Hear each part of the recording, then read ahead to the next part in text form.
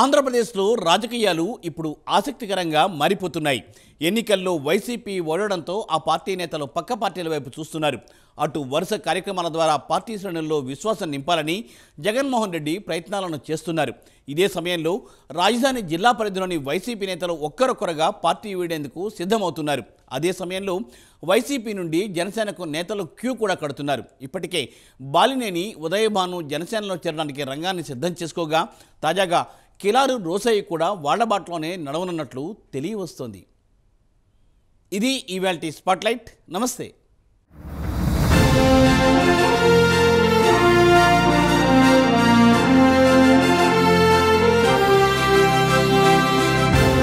గుంటూరు జిల్లాలో వైసీపీకి వరుస షాక్లు తగులుతున్నాయి. ఎన్నికల్లో గుంటూరు జిల్లాలో వైసీపీ చిరునామా గల్లంతైంది.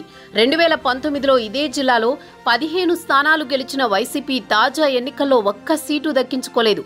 పలు నియోజకవర్గాల్లో అభ్యర్థుల మార్పు, నియోజకవర్గాలను మార్చడం వంటి ప్రయోగాలు పూర్తిగా వికటించాయి. ఎన్నికల ఫలితాల తర్వాత పార్టీలో క్రియాశీలకంగా వ్యవహరించిన నేతలు పార్టీ వీడుతున్నారు.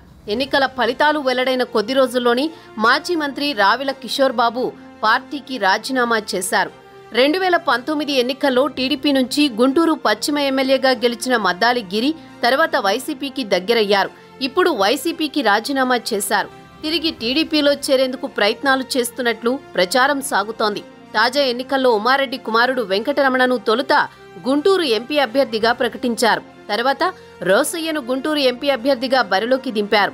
రోసయ్య ఓటమి పాలయ్యారు. కిలారి రోసయ్య 2019 ఎన్నికల్లో వైసీపీ నుంచి పొన్నూరు ఎమ్మెల్యే అభ్యర్థిగా పోటీ చేశారు. టీడీపీ కీలక నేత 5 సార్లు ఎమ్మెల్యేగా గెలిచిన ధూళిపాళ్ల నరేంద్రను ఆ ఎన్నికల్లో ఓడించి రికార్డు సృష్టించారు రోసయ్య. అయితే 2024 ఎన్నికల్లో ఆయనకు మరోసారి వైసీపీ ఎమ్మెల్యే టికెట్ దక్కలేదు. గుంటూరు పార్లమెంటు స్థానం నుంచి ఆయనను ఎంపీగా బరిలోకి దించారు జగన్. అయితే ఎంపీగా ఆయన ఓటమి పాలయ్యారు. అయితే ఎమ్మెల్యేగా పోటీకి అవకాశం ఇవ్వకుండా ఎంపీగా పోటీకి దించిన నాటి నుంచే రోసయ్య పార్టీపై అసంతృప్తితో ఉన్నట్లు వార్తలు వచ్చాయి. ఈ నేపథ్యంలో ఆయన పార్టీకి రాజీనామా చేశారు. ప్రస్తుతం ఆయన ఏ పార్టీలో చేరుతారు అన్న అంశంపై చర్చ మొదలైంది. ఇప్పుడు మారిన రాజకీయ సమీకరణాలతో రోసయ్య జనసేనలో చేరేందుకు రంగం సిద్ధం చేసుకుంటున్నట్టు సమాచారం. తన మద్దతుదారులతో రోసయ్య ఆత్మీయ సమావేశానికి నిర్ణయించారు. ఆ సమావేశంలో తన ఆలోచనలను వివరించి వారి అభిప్రాయాలను సేకరించారు.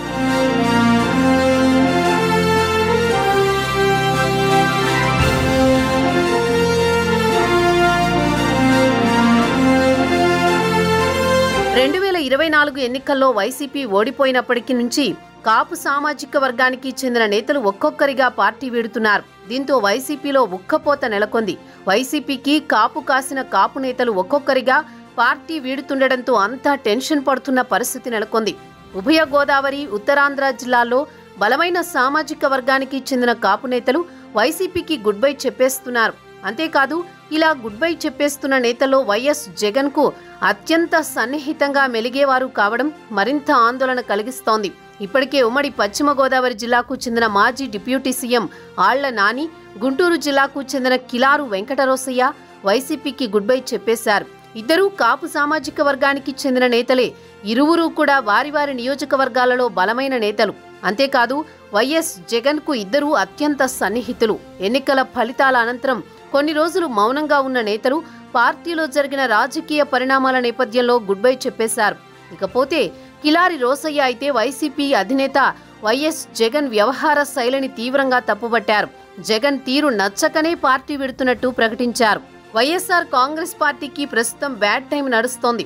కూటమి అధికారంలోకి వచ్చిన తర్వాత వైసీపీ నిరాశ నిస్పృహలతో కొట్టుమిట్టాడుతోంది. ఇప్పటికీ వైసీపీ శ్రేణులు ఓటమిని జీర్ణించుకోలేకపోతున్నాయి.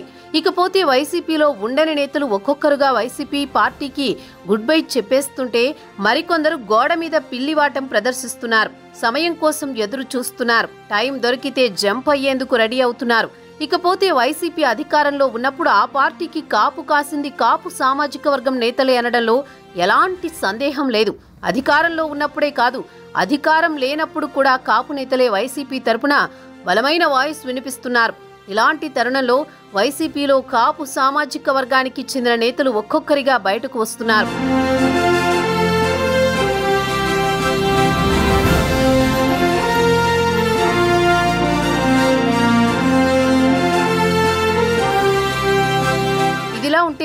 ఎన్టీఆర్ జిల్లాలో కాపు సామాజిక వర్గానికి చెందిన బలమైన నేత సామినేని ఉదయభాను ఉమ్మడి కృష్ణా జిల్లాలో ప్రత్యేక గుర్తింపు తెచ్చుకున్నారు. ఇప్పటికే 3 సార్లు ఎమ్మెల్యేగా గెలుపొందారు. కాంగ్రెస్ పార్టీ నుంచి 2 సార్లు, వైసీపీ నుంచి 1 సారి అసెంబ్లీకి ఎన్నికయ్యారు. జగన్ కేబినెట్లో మంత్రి పదవి ఆశించి భంగపడిన సామినేని ఉదయభాను వైసీపీ అధిష్టానంపై తీవ్ర అసంతృప్తితో రగిలిపోతున్నారు. జనసేనాని పవన్ కళ్యాణ్పై వ్యక్తిగత దూషణలు, విమర్శలు చేయకపోవడమే కేబినెట్లో చోటు దక్కకపోవడానికి కారణమని అప్పట్లో ప్రచారం జరిగింది. పవన్ కళ్యాణ్పై ఇష్టారీతిన విమర్శలు, వ్యక్తిగత దూషణలు చేసిన పేర్ని నాని, అంబటి రాంబాబు, గుడివాడ అమర్నాథ్, కొడాలి నానిలకు మంత్రివర్గంలో చోటు కల్పించారని సామినేని ఉదయభాను వర్గీయులు అప్పట్లో ఆరోపించారు. ఇకపోతే మాజీ ఎమ్మెల్యే సామినేని ఉదయభాను జనసేన పార్టీలో చేరబోతున్నట్లు ప్రకటించేశారు. ఇప్పటికే పవన్ కళ్యాణ్తో భేటీ అయిన ఉదయభాను నియోజకవర్గంలోని జనసేన పార్టీ నేతలతో భేటీ కానున్నారు. పవన్ కళ్యాణ్ సైతం ఉదయభాను జనసేనలో చేరికకు గ్రీన్ సిగ్నల్ ఇచ్చారని జనసేన పార్టీ వర్గాలు వెల్లడించాయి. అనంతరం ఈ నెల 22న జనసేన పార్టీలో చేరే అవకాశం ఉన్నట్లు తెలుస్తోంది.